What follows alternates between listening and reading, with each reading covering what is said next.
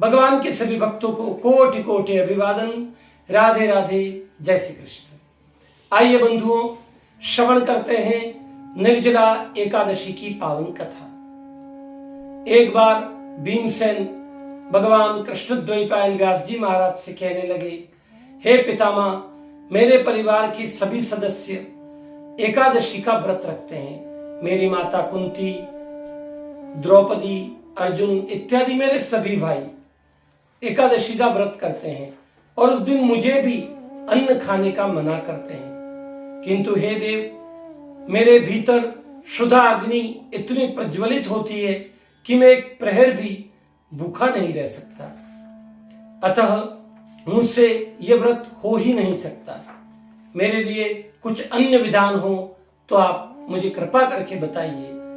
मैं अधिक भी प्रयास करूं तो वर्ष में एक बार कोई व्रत रख सकता हूं, क्योंकि मैं भी स्वर्ग में जाने का इच्छुक हूं। और कहते हैं जो मनुष्य एकादशी को अन्न ग्रहण करता है उसे घोर नरक की प्राप्ति होती है। इसलिए पितामह, आपसे प्रार्थना करता हूं, मुझे कोई ऐसा व्रत बताएं, ऐसा कोई वर्ष में एक ही बार में करूं, ऐसा कोई व्रत आप बताएं। तब भगवान व्यास जी बोले, हे भीमसेन, शास्त्रों में, पुराणों में बहुत सारे व्रत हैं। अगर तुम 12 महीने की 24 एकादशी में अगर भूखे नहीं रह पा रहे हो, वैसे तो एकादशी के दिन अन्न का दर्शन करना भी अपराध है, किंतु मैं तुम्हारे लिए एक बात बताता हूं कि तुम ज्येष्ठ मास की शुक्ल पक्ष की एकादशी बिना जल के निर्जल रहकर करो।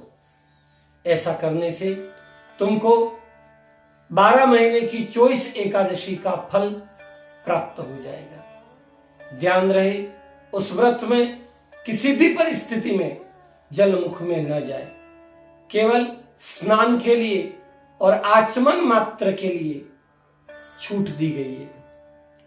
बाकी बिल्कुल जल पीना वर्जित है। उस दिन ओम नमो भगवते वासुदेवाय का जप करना चाहिए निरंतर। भगवान विष्णु की पूजा करनी चाहिए। और उसी दिन से फिर भीमसेन जी ने निश्चय कर लिया कि मैं ज्येष्ठ मास की शुक्ल पक्ष की एकादशी का व्रत रखूंगा। भीमसेन कंठ भर जल में जाकर खड़े हो गए और उस व्रत को उन्होंने आरंभ किया। विधि पूर्वक उस दिन उन्होंने भगवान विष्णु का पूजन किया और विष्णु का पूजन करने के बाद ओम नमो भगवते वासुदेवाय की माला की। बिना जल के पूरा दिन और पूरी रात्रि उन्होंने बिता दी। और इस तरह निर्जला एकादशी इस व्रत का नाम हो गया। इसे लोग भीमसेनी एकादशी भी कहते हैं। व्यास जी कहते हैं कि हे कुंती, जो इस व्रत में ब्रह्मचर्य का पालन करता है, जो अन्न का त्याग करता है, जो निर्जल रहकर व्रत करता है, उसके सभी अभिष्ट सिद्ध हो जाते हैं। उसे भगवान मरणोपरांत उसको भगवान का विष्णु लोक प्राप्त होता है। स्वर्ग का इच्छुक स्वर्ग में जाता है। और निर्जला का व्रत करने वाला केवल वर्ष में ये एक एकादशी कोई करे तो उसे वर्ष भर की 24 एकादशी का फल स्वतः प्राप्त हो जाता है। व्रत को नियम पूर्वक, विधि पूर्वक करना चाहिए।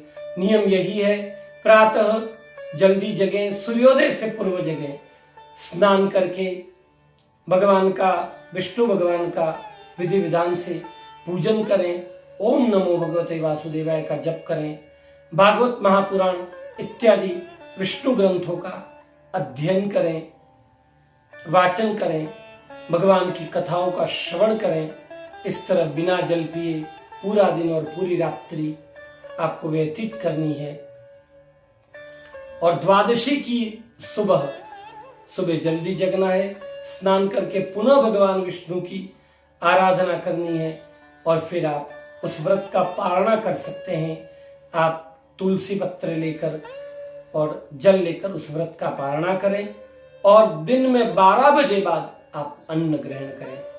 द्वादशी को जब जगन्नाथपुरी में भगवान को भोग लग जाता है उसके बाद ही भोजन करना चाहिए। उससे पूर्व ब्राह्मणों को अन्न दान करें।